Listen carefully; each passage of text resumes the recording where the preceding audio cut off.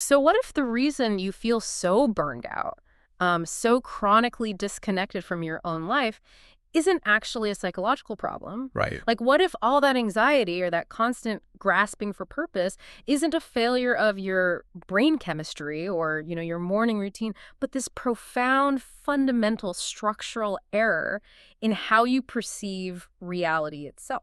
I mean, it is a really heavy proposition Yeah. because we are constantly told, that if we just find the right philosophy or the right meditation app or the right belief system, everything will just kind of click into place.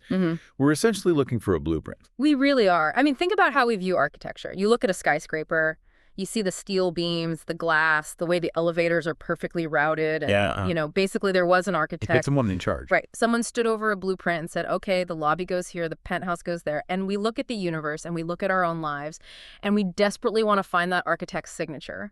We want the comfort of knowing someone was in charge from the top down. And when we don't find it, or, when the traditional stories about that architect start to fracture or fall apart, the resulting vertigo is really severe. We feel estranged. We feel like we're wandering through a house that is slowly collapsing around us. Which brings us to the absolute core of our mission today. We are taking a deep dive into a text from the year 2026 that attempts to completely dismantle that vertigo. It's this paradigm-shifting book called Religion of the Future, written by an author known simply as TSVEE. Yeah. And whether you are a hardened skeptic who rolls your eyes at the word religion, or a seeker who feels like traditional dogmas have kind of lost their resonance, or, I don't know, just someone insanely curious about how the universe organizes itself, this discussion is going to hand you a completely new vocabulary for understanding your place in the cosmos. I think vocabulary is actually the perfect word there, because the goal of this deep dive isn't to convert you to a new set of rigid dogmas. And we certainly aren't going to reduce the profound human impulse for the sacred into some quaint evolutionary psychology metaphor. Right, like saying religion was just a useful trick to make early hominids cooperate so they didn't kill each other. Exactly. Hmm. T.S. Vidi is doing something far more ambitious than that. The text is laying out what it calls a theology of structure. A theology of structure. Now, Yeah. when I first read that phrase, it felt like an oxymoron to me. Like theology implies the supernatural, the divine, the things beyond the veil. But structure implies engineering, math, physics. How do those two things even occupy the same sentence? Well, the friction between those words is entirely the point. For thousands of years, humanity has largely agreed to place the sacred in this supernatural realm. We put it hovering above the world in a separate dimension, just kind of issuing commands downward. Yeah. But this text attempts a massive relocation project. It takes the sacred and attempts to locate it in the very intelligible, physical, unfolding fabric of reality within the world. And what immediately struck me about the book is how it opens. If you pick up a traditional religious or philosophical text, you're usually hit with a grand declaration, right? A revelation, like a fiery prophecy or a promise of salvation delivered from a mountaintop. Right, something dramatic. Very dramatic. But T.S.V. Eddy begins with silence. The book literally starts by contemplating the deep, unnerving silence of the universe, and it suggests that our crisis of meaning comes from the fact that we fundamentally misunderstand what that silence actually is. We think the silence means we're abandoned. But T.S. Vidi argues the silence is the only reason we exist at all. It forces us to ask the ultimate bottom-up question, like how does a universe without a pre-drawn blueprint Yeah. end up building a biological mind capable of asking for one? Okay, let's unpack this. To answer that, we have to travel to a place where traditional theology almost never goes. We can't start with human history or biology or even the stars. We have to zoom all the way down to the absolute smallest scales of reality, the quantum level, Yeah. a domain where meaning, as you and I understand it, doesn't even exist yet. Which, if you think about it, is a radically vulnerable place for a so-called religion to begin its argument. You're starting in the basement of physics, a place characterized entirely by probability and indeterminacy. So let's lay the groundwork here. The text leans on a few concepts that we need to unpack very carefully before we go any further. The first is structure. Now, when I hear structure, I think of a bridge or a skyscraper, something rigid and physical. But T.S. Vietti isn't talking about objects, right? Not at all. The text defines structure as relational constraints. It is not the stuff of the universe. It is the rules governing how the stuff is allowed to interact. Okay. It's the parameters. Think about a language. The structure of English isn't the physical ink on a page. It is the grammar. It is the relational constraints that dictate how subjects and verbs can combine to create a comprehensible sentence. Without those constraints, you just have random noise. Oh, I like that. So structure is relational constraint. Okay, the next concept is emergence. We hear this word thrown around a lot, mostly in tech and science circles, but how is it functioning here? So, emergence is the phenomenon where novelty arises strictly from complexity. When you take simple things and subject them to relational constraints, they can combine to form something that is entirely different from its parts. Right. Water is the classic example here. You have hydrogen and oxygen.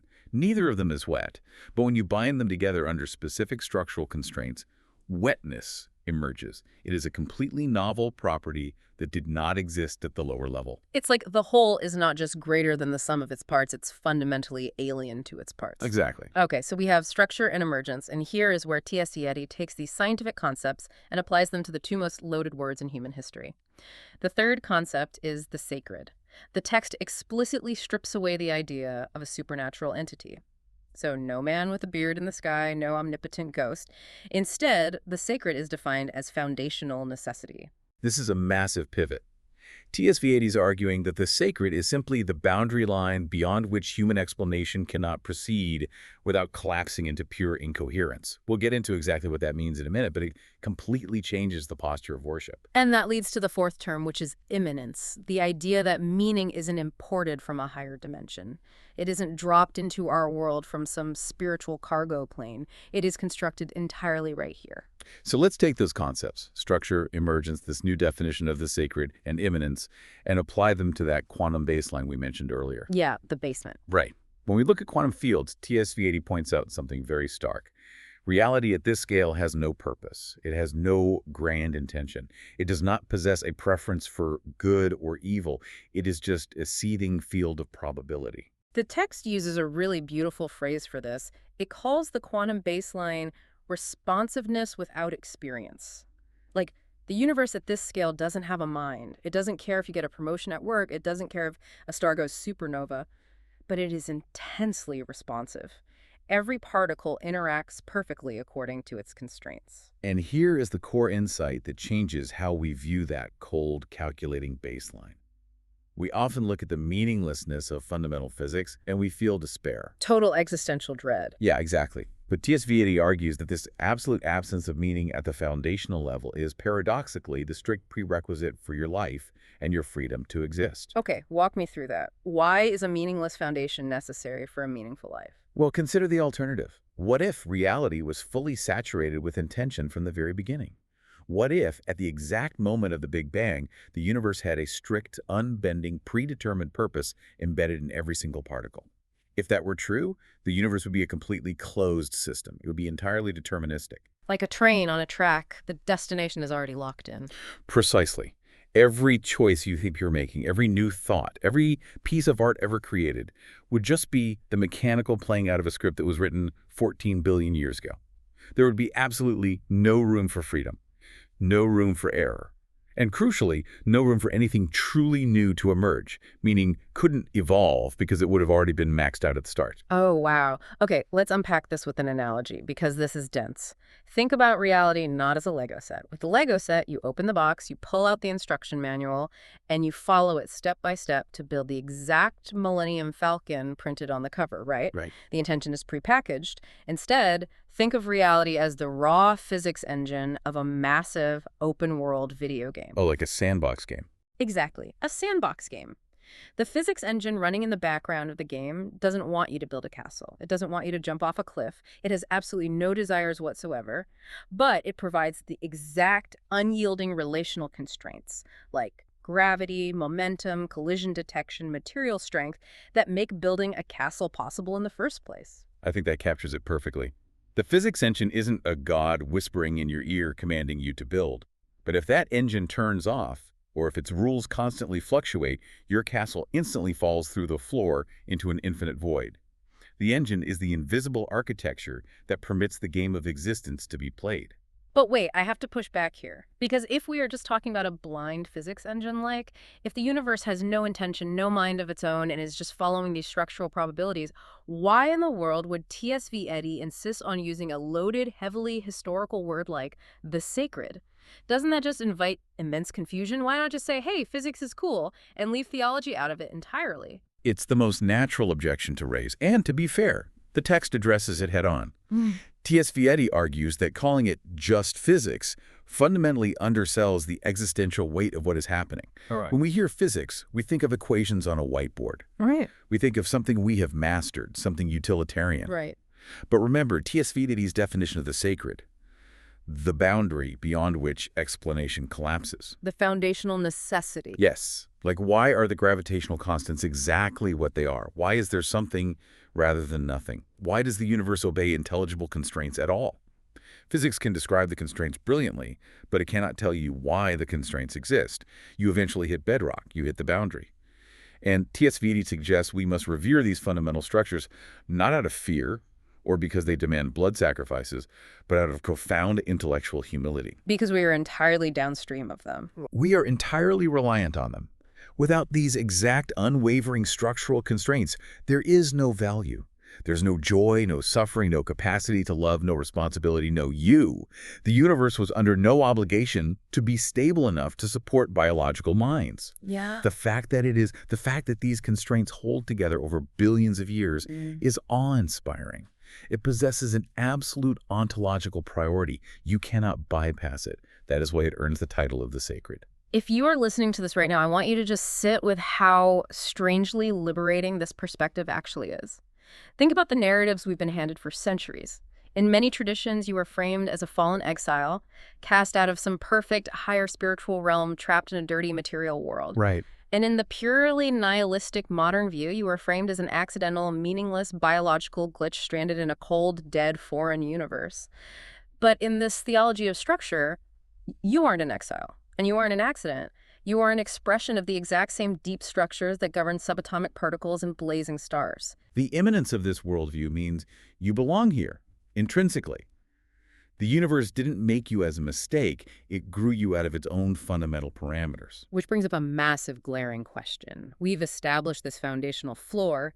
It's a sea of probability, constraints, and responsiveness without experience. So how on earth do we get from there to here? Like, how does something as chaotic and formless as quantum probability give rise to stable forms and eventually to inner worlds?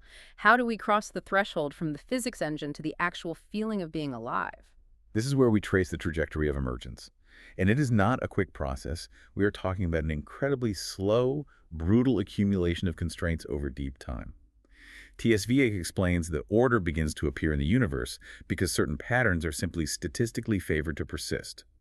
The text calls this stability selected by persistence. Stability selected by persistence, meaning if a quantum configuration forms but it is unstable, it immediately falls apart. It doesn't leave a legacy. Exactly. It flashes into existence and then just dissolves. Right. But occasionally a configuration happens to form a relational structure that is balanced, like a stable atom.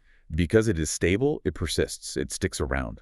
And because it sticks around, it is available to interact with other stable atoms. It becomes the building block for the next layer of complexity, which is chemistry. And chemistry is where things start to get really weird. Because eventually, after billions of years of molecular trial and error, these complex chemical structures cross a threshold. Living systems emerge. And T.S. Vietti points out that when life enters the universe, a brand new phenomenon enters with it. Right, because before life, you just have matter enduring. A rock doesn't actively try to be a rock. Yeah. If the wind grinds a rock into dust, the rock doesn't fight back. No. But a living system, even a single primitive cell, doesn't just passively exist. It actively channels energy. It maintains a membrane. It repairs internal damage to protect its structure. And TSV calls this functional bias. Functional bias. It is the absolute pivot point of cosmic history. It is the introduction of preference. A cell has a functional bias toward continuing to exist. Therefore, it cares if it is exposed to nutrients, and it cares if it is exposed to toxins. Not consciously, of course. It isn't having philosophical thoughts about poison. But structurally, it acts to preserve itself. Value has officially entered reality. Yes. Value is no longer a human invention. It is a structural reality. Good and bad now exist, at least at the microscopic level. Okay. Nutrients are functionally good for the structure. Toxins are functionally bad. And from this tiny seed of functional bias, the text charts the evolution of what it controversially calls the proto-soul. Now, the word soul carries so much historical baggage, but T.S. Vietti is completely redefining it. The text insists that the soul is not a detachable ghost driving a meat suit. It is not an ethereal orb that floats away when you die. The proto-soul is defined strictly as the dynamic totality of an organism's inner organization. I want to trace exactly how the text argues this evolves, because it is brilliantly done. We start with that living structure, the single cell. Eventually, cells group together, complexity scales up, and you get a sensing structure, an organism with a primitive nervous system. Like a worm or a jellyfish. Right. And at this stage, something miraculous happens with how the organism relates to its environment. For a rock, the environment is just stuff bumping into it from the outside. But for a sensing organism, the environment becomes something it differentiates within itself. That is a crucial distinction. Let's make sure that's clear. Well, think about heat. Objectively, heat is just the kinetic energy of molecules moving around. But to a nervous system, that kinetic energy is translated into an internal state. It becomes the sensation of warmth or the sharp pain of burning. The organism is creating an internal map of the external world. Sensation is the universe folding inward to model itself. So initially, this internal map, this sensation, is just used for immediate real-time regulation, like move away from the heat, swim toward the light. Yes, pure stimulus and response. But as the structural complexity increases further, as we move up toward higher animals, sensation evolves into memory. The organism doesn't just react to the present, it retains a physical trace of past interactions.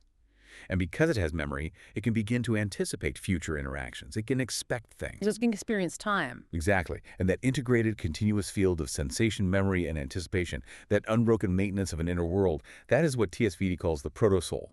It is not a magical substance. It is the interiority that is inevitably generated by highly complex self-maintaining structure. Okay, here's where this gets wildly interesting and where I think a lot of traditionalists might throw the book across the room. If the soul is simply dynamic organization-like, if it is an emergent property of a complex network maintaining an internal map of reality, does that mean it isn't unique to humans? What about a massive old-growth forest where the trees are sharing nutrients, sending distress signals, and distributing resources through a subterranean fungal network? Does the forest have a proto-soul? Or what about a highly advanced, self-regulating artificial intelligence? I love that you brought this up because the text absolutely does not shy away from the implications of its own framework. TSVD explicitly states that the proto-soul is a spectrum, and it is not remotely unique to Homo sapiens.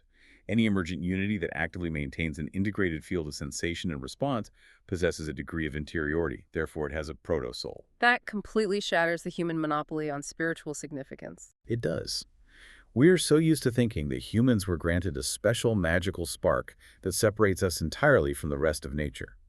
TSV80 argues that human uniqueness is just a radical, exponential intensification of the exact same process that exists in a wolf, a whale, or potentially a vastly complex ecological network.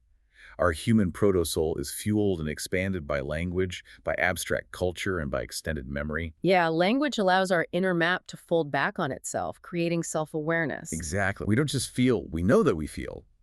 But the foundational machinery of having an inner life, we share that with the entire web of complex life. Which forces us to confront a deeply profound and frankly challenging claim the text makes about mortality. If the soul is dynamic organization, an emergent property of structure, then what is death? Death can no longer be viewed as a metaphysical rupture. It isn't a ghost leaving a machine to travel to another dimension. Death is simply a structural collapse. Yes. It is the disintegration of the organized relations that sustain that specific interiority. When the physical structure can no longer maintain its coherence against the forces of entropy, the inner world dissolves. The map can no longer be drawn. I know for some people, hearing that might feel incredibly bleak. It sounds like a total erasure. But TSVD argues there is a strange, profound comfort in this view. Think about it. The components of you, the carbon, the iron in your blood, the electrical energy in your neurons, they do not vanish. They persist. They flow onward into the environment, becoming the soil, the atmosphere, eventually new plants, new animals, new structures. The material is immortal. Only the specific configuration is temporary. Right. And to me, that makes the concept of meaning so much sharper. Your specific experience of meaning, your specific inner world, exists only while your unique structure holds together. Doesn't that make this exact present moment infinitely more valuable? You aren't sitting in a cosmic waiting room, biding your time for an eternal afterlife where you'll finally be happy. This fragile, fleeting organization of matter that currently allows you to listen to this deep dive, to feel the sun on your face, to laugh with a friend. It is a rare, temporary alignment. It completely removes the deferral of meaning. Throughout history, so much suffering has been justified or ignored because people believed the real reward was coming after death. TSVED's theology demands that value is generated precisely by its finitude. The urgency of love, the necessity of ethics, they only exist because the structure will eventually collapse. So we've traced this incredible bottom-up journey. We've gone from meaningless quantum fields to the statistical emergence of chemistry, to the functional bias of a single cell, to the dynamic organization of the proto-soul, culminating in human self-awareness. But what happens when that self-aware human looks up? When we look out at the staggering vastness of the cosmos from the bottom looking toward the top? This brings us to T.S. Vieti's radical reconceptualization of God. This is where the text really earns the title Religion of the Future. T.S. Vieti points out that the human impulse to look upward, to seek the divine, to search for a higher power, is not just some primitive, superstitious coping mechanism that modern science needs to cure us of. It is actually a structural constant of consciousness. What does that mean? A structural constant? It means that because we are finite, self-aware beings embedded in a massive hierarchy of complexity, our cognitive architecture inherently senses that we are not the top layer. We intuitively understand that we are a small part of a much larger encompassing system. The urge to seek God is the organism's accurate intuition of scale. But historically, we've taken that accurate intuition and we've filled the top layer with a very specific image. We pictured a king, an external ruler, usually sitting on a throne in some ethereal dimension entirely outside of our universe, just kind of pulling the strings and judging our actions. And T.S. Vieti says that image is fundamentally broken. God is not an external ruler. In the theology of structure, God is conceptualized as the apex structure. The apex structure, break that down for me. It means God represents maximal integration, maximal intelligence, and maximal coherence across all scales of reality. God is the ultimate sum of all relational constraints and emergent properties functioning as a unified whole. So God isn't a person who makes the universe. God is the ultimate integrated state of the universe itself. Precisely. And this brilliant reframing solves one of the oldest problems in theology, the tension between transcendence and immanence. Like, how can God be totally beyond us, but also intimately present within us? The text argues for transcendence without separation. God transcends the world, not by being outside it, not by being exiled in some spiritual VIT room, but by encompassing and integrating the world entirely. The whole transcends the parts, but it is made entirely of the parts. I want to connect this to the bigger picture of modern philosophy because it completely changes how we read Friedrich Nietzsche. I mean, everyone knows his famous declaration, God is dead. And for the last century, modernity has largely viewed that as a triumphant moment. We thought we were liberating ourselves from an archaic tyrant. We were finally free to make our own rules. But if you actually read Nietzsche, he wasn't celebrating, he was terrified. And T.S. Vieti frames that terror structurally. The death of God wasn't just society losing a quaint belief in a sky father. It was the dangerous, chaotic collapse of our highest organizing principle. God functioned as the ultimate horizon that anchored our ethics, our meaning, and our shared reality. When you remove the apex reference point, the entire structure below it begins to wobble. We lost our structural orientation. Without a horizon to walk toward, every direction looks exactly the same, which is why everything devolves into mere utility or pure relativism or just outright nihilism. Exactly. But if God is this apex structure, this totality of cosmic integration, how can a human mind possibly relate to it? The text brings in a very old theological concept to handle this, the epiphatic tradition. Also known as negative theology, the practice of knowing God by describing what God is not. Right. Historically, mystics and theologians would say, God is not a man, God is not an object, God is not limited by time. They argued God was unknowable because God was essentially magical, completely and utterly other than our reality. But T.S. Vieti updates this tradition. God is unknowable to us not because God is mystical or magical, but simply because of the math of scale. Scale. Let's use an analogy here because this is dense. Okay, think about a single neuron inside your brain. That neuron is firing perfectly. It is communicating with its neighbors, exchanging chemicals, doing its exact job. But that single biological cell cannot possibly comprehend the conscious mind it is helping to generate. It lacks the scale, the processing power, to understand the concept of you going to the grocery store or feeling existential dread. It's structurally blind to the whole. Yes. Similarly, human cognition evolved to navigate very local environments. We evolved to crack predators on a savanna, to understand social dynamics in a tribe of 100 people. We are simply not equipped with the cognitive architecture to directly perceive, process, or comprehend an apex structure that spans 14 billion years of cosmic integration. We are the neuron trying to understand the mind of the cosmos. I love that. It's like we are individual musicians sitting in the middle of a massive, sprawling orchestra. I can hear my own violin. I can hear the cellos cross the aisle.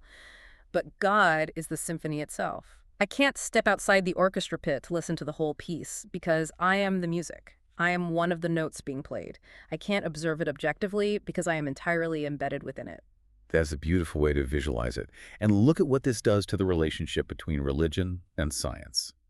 In traditional paradigms, science is often viewed as a threat to the sacred. Every time science explains something, God's territory shrinks. But in TSVC's framework, science is literally an act of ongoing revelation. Because it's uncovering the structure. Exactly. Every time a physicist discovers a new fundamental particle, every time a biologist maps a new protein folding mechanism, every time an astronomer images the cosmic microwave background, they are mapping the symphony. They are uncovering the relational constraints of the apex structure. Science brings humanity asymptotically closer to perceiving the divine intelligence. But I know exactly what a lot of listeners are thinking right now. They're thinking, okay, God as an apex structure of cosmic complexity sounds intellectually fascinating, but it completely kills the idea of a personal God. It kills the idea of a God who listens to your quietest prayers, a God who cares about your individual suffering, who steps in to save you from a car crash or heals your illness. Yeah, I won't sugarcoat it.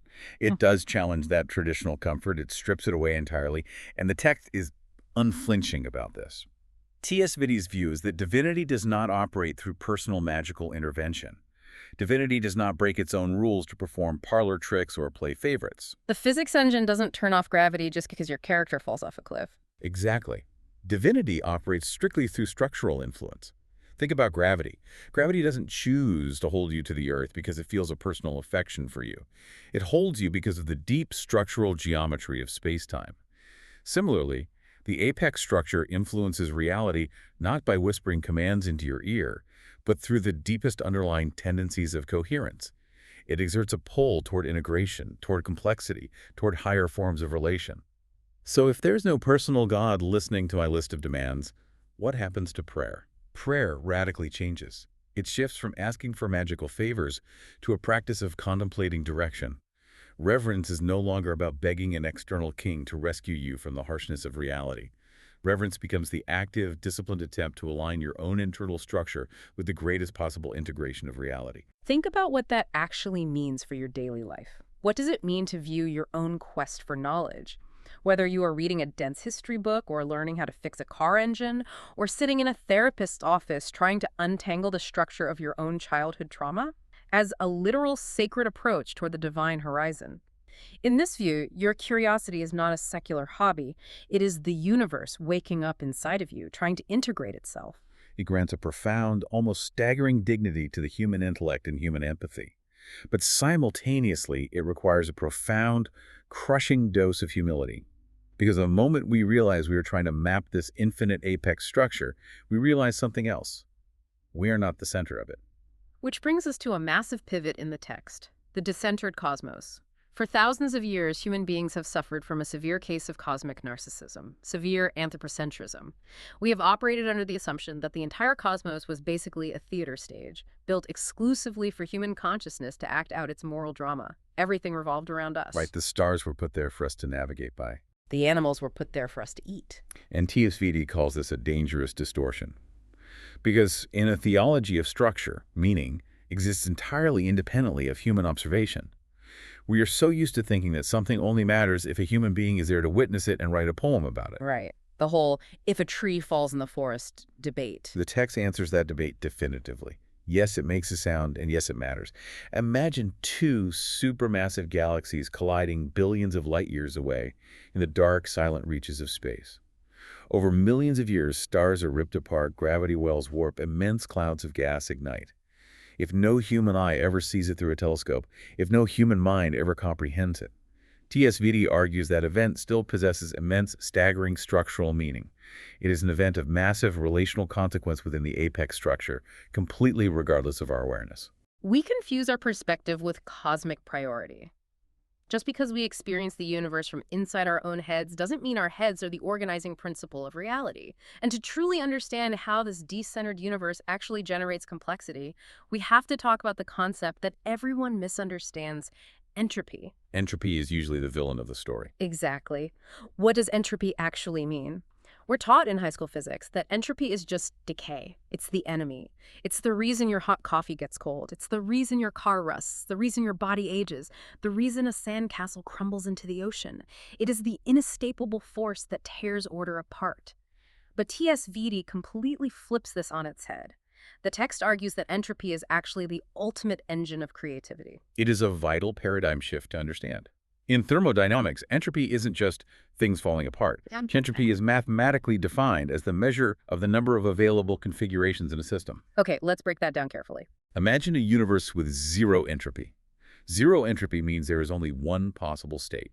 Everything is in perfect absolute symmetry. It is mathematically beautiful, but it is completely frozen. Absolutely nothing can happen. There is no change, no movement, no events. As entropy increases, the system moves away from that frozen symmetry. The freedom for new arrangements, new configurations, expands. Entropy is the process of breaking the initial freeze so that new complex structures can form. I want to use a tangible analogy here. Think about a brand new deck of playing cards. When you first open the box, the cards are in perfect numerical order, separated by suit. Spades, hearts, clubs, diamonds. That is a state of very low entropy. It is perfectly ordered. But here's the catch. You cannot play a game of poker with a deck like that. If you deal from that ordered deck, everyone knows exactly who has what. The game is deterministic and boring. So what do? You shuffle it. You introduce chaos. You introduce entropy. You break the perfect order. And by shuffling the deck, by increasing the entropy, you generate the possibility for billions of different hands to be dealt. The shuffling is the only reason you can deal a new, unique, unpredictable hand of cards. The entropy is what makes the game of life possible. That is exactly how TSV80 frames the cosmos. Without entropy, the universe would be locked in an eternal static perfection. There would be no history, no stars igniting, no planets forming, no biology. The famous arrow of time itself is driven by this process. The text argues that time is not a pre-existing container that the universe sits inside, like water in a glass. Time is something the cosmos does through irreversible differentiation. Time is the act of shuffling the deck. Once you deal the cards, you can't undeal them. Once an egg shatters, you can't unshatter it. The universe moves from potential to actuality. The past is integrated into the structure. It isn't erased. And because the universe is constantly generating these new configurations, these new hands of cards across trillions of galaxies, we have to confront the concept of plural worlds. This is where the decentering becomes radical. If the laws of physics as we experience them are sometimes just emergent local constraints, if different regions of the deep cosmos might operate under different structural regimes, then the universe is open to forms of existence we literally cannot imagine. So when we talk about alien life in this framework, we aren't just talking about the sci-fi trope of little green men in flying saucers who basically look like us but with bigger eyes. Not at all. That is just us projecting our own biology onto the cosmos. True alienness in a theology of structure might be intelligences that operate on galactic timescales, where it takes 1 million of our years for them to form a single coherent thought. Or they might exist as distributed, non-linguistic, plasma-based processes deep in the atmosphere of a gas giant. They wouldn't have a proto-soul based on a central nervous system. They would have a dynamic organization entirely native to their specific relational constraints. And realizing this, realizing our profound lack of centrality, TSV argues it shouldn't make us feel insignificant. It actually increases our significance, but in a different way. We aren't the preordained purpose of the universe. We aren't the main characters. But we are a rare, highly improbable, local intensification of complexity. We are a localized node where the universe managed to wake up, look around, and ask questions. And because we know we aren't the only possible game in town, TSV says we have a massive ethical obligation. We have an obligation to expand our knowledge, to grow our cognitive and ethical architecture, to prepare ourselves for the possibility of these vastly different structural regimes. We cannot remain intellectually provincial. Which leads us directly into the most practical, boots-on-the-ground question of this entire deep dive. If we are just one tiny part of this irreversible, decentralized, incredibly complex structure, how do we decide what to actually do? If there are no 10 commandments written on a stone tablet by a sky king, how do we know right from wrong? We enter the realm of ethics as alignment. In TSV framework, ethics is not arbitrary. It is not just a subjective human invention, like a cultural fashion trend. And it certainly isn't based on divine command. Ethics emerges naturally and inevitably. The second an organism's actions acquire systemic consequences. What does that mean, systemic consequences? It means that when you are part of an interconnected web, what you do alters the constraints of everything around you. Ethics is a functional necessity of complex systems. The text gives us very clear, brutally objective structural definitions for good and evil. Good is defined as actions that sustain, stabilize, and deepen coherent structure. Good allows more being, more relation, more complexity to safely emerge. And evil? Evil is defined as actions that fragment, destabilize, or parasitically exploit structure for short-term, partial gain. Exploiting structure for short-term gain. That is a chilling definition, because TSV makes a profound point here. Evil does not require malice. You do not need a cackling villain twirling a mustache. You don't need someone who actively wants to cause pain.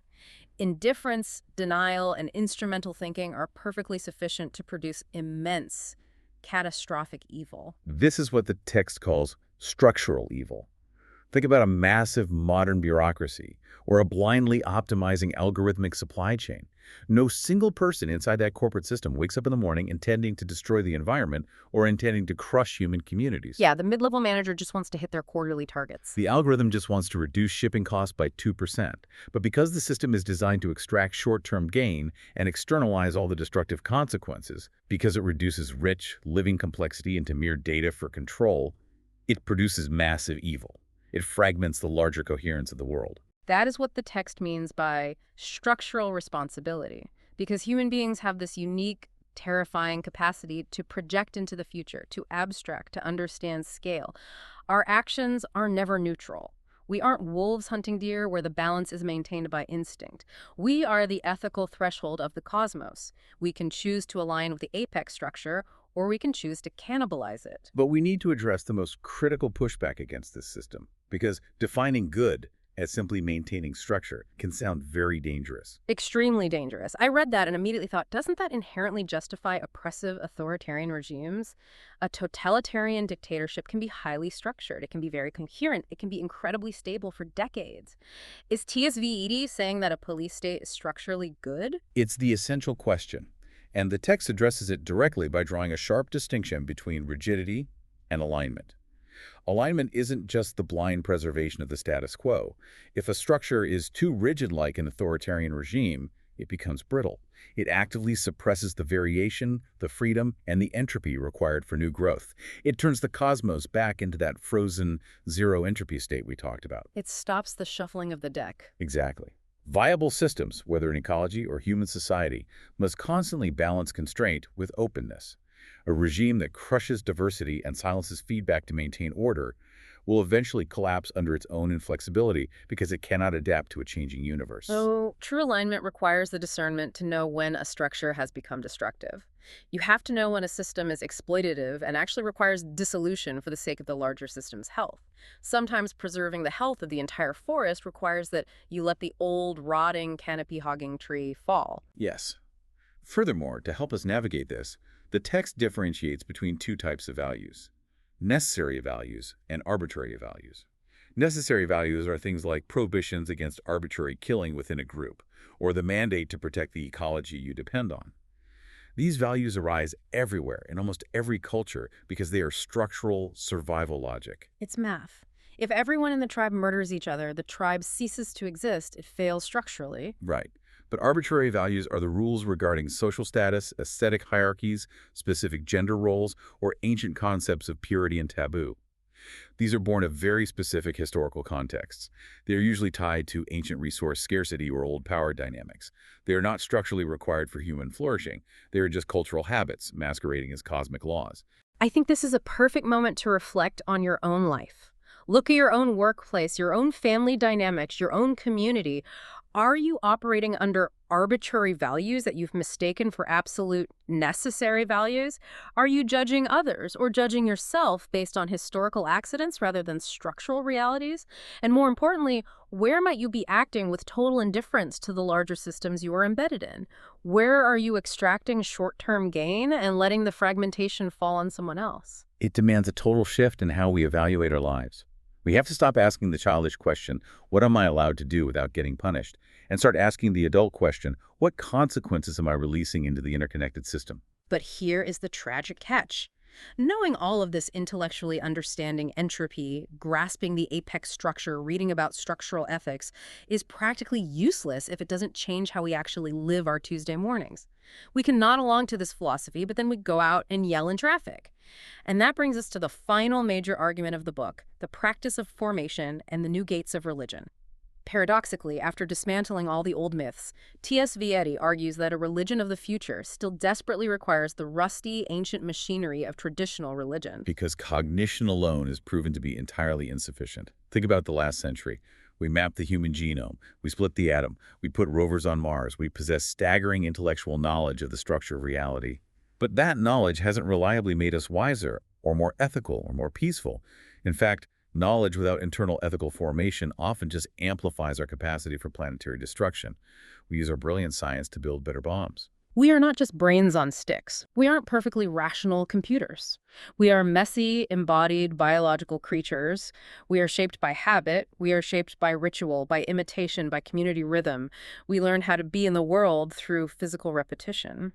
So TSVC says religion is structurally necessary, not as a provider of ancient literal dogma, but as an unparalleled vehicle for formative practices that endure across generations.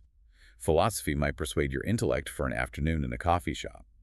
But religion is the technology that shapes the emotional and ethical reflexes of entire civilizations over centuries. But the text is very clear that we cannot just go back to the way things were. The old gates of religion must be permanently closed. For millennia, religion often required fear as its primary entry condition. Fear of hell, fear of a judging deity, or the sheer paralyzing terror of mortality. Religion historically functioned as a doctrine for the dying. It was a cosmic insurance policy to secure a good afterlife. Sign this doctrinal contract before you die so you don't burn. Exactly. T.S. Vietti argues that a true religion of the future must return to being a rigorous discipline for the living.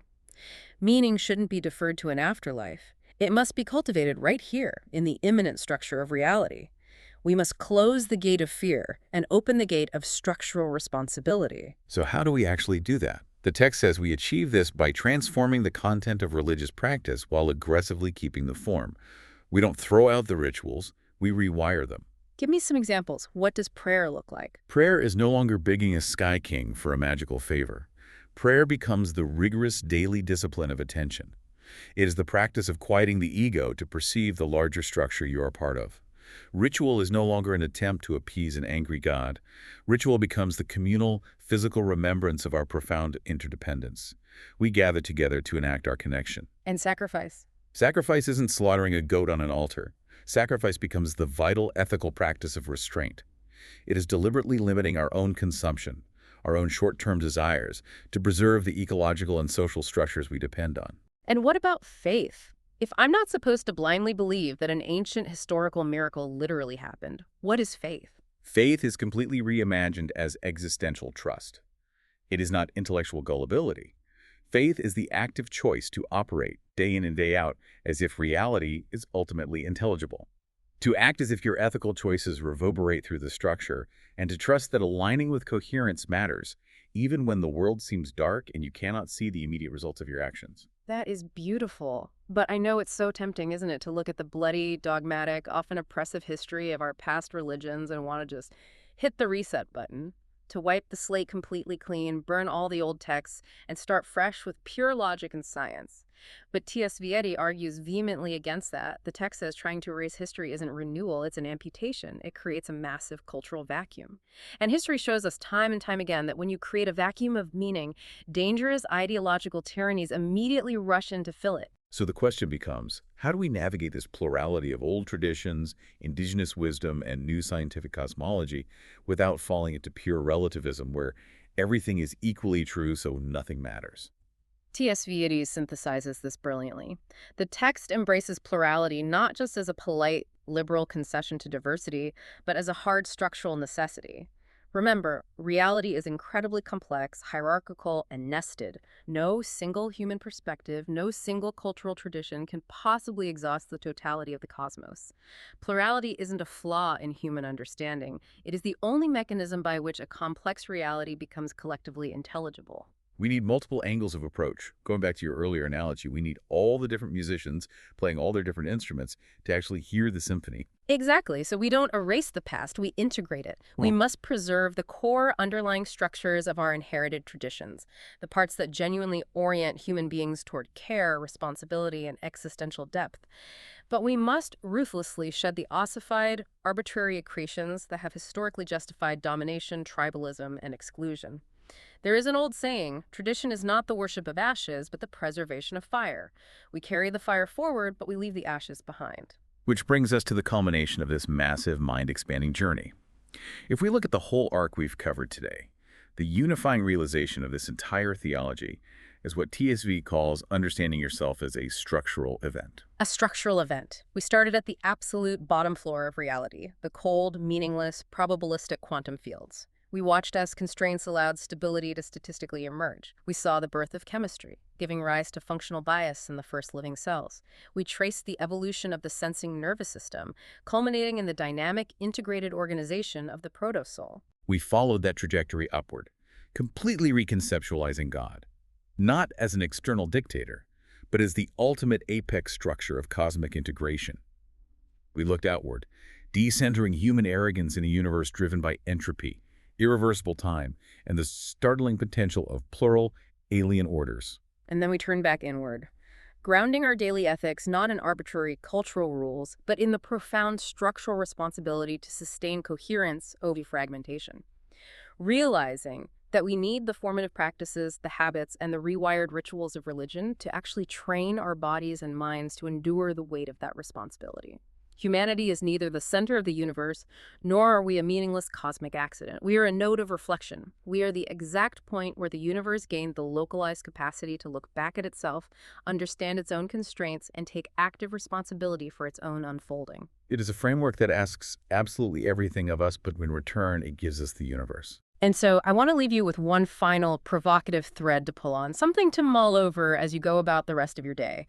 TSVA only briefly hints at this, but let's push the logic all the way to the edge. We've established that complexity emerges in layers: physics, then chemistry, then biology, then self-aware human consciousness. If humanity is merely a transitional structure, if we are just a messy, temporary biological bridge between blind evolution and fully conscious structural evolution, what are we right now in the process of emerging into? It is the most profound question we face. If God is the ultimate apex structure at the very top of infinite cosmic complexity, and we are just one localized node on the way up, what is the very next layer of complexity resting just above the human level? Is it a globally integrated technological consciousness? Is it a profound symbiote of human empathy merged with artificial intelligence? Is it a distributed planetary mind that finally harmonizes with the ecology of the Earth? Whatever that next structure is, it is hovering right above us, waiting for us to align with it. Or, if we fail to take structural responsibility, if we give in to fragmentation and evil, it is waiting for us to collapse so the universe can sweep away the ashes and try again. The architecture is still being built. The engine is still running. And this time, we are the ones mixing the concrete. Thank you for taking this deep dive with us into religion of the future. Keep looking closely at the structures around you and keep asking the big questions.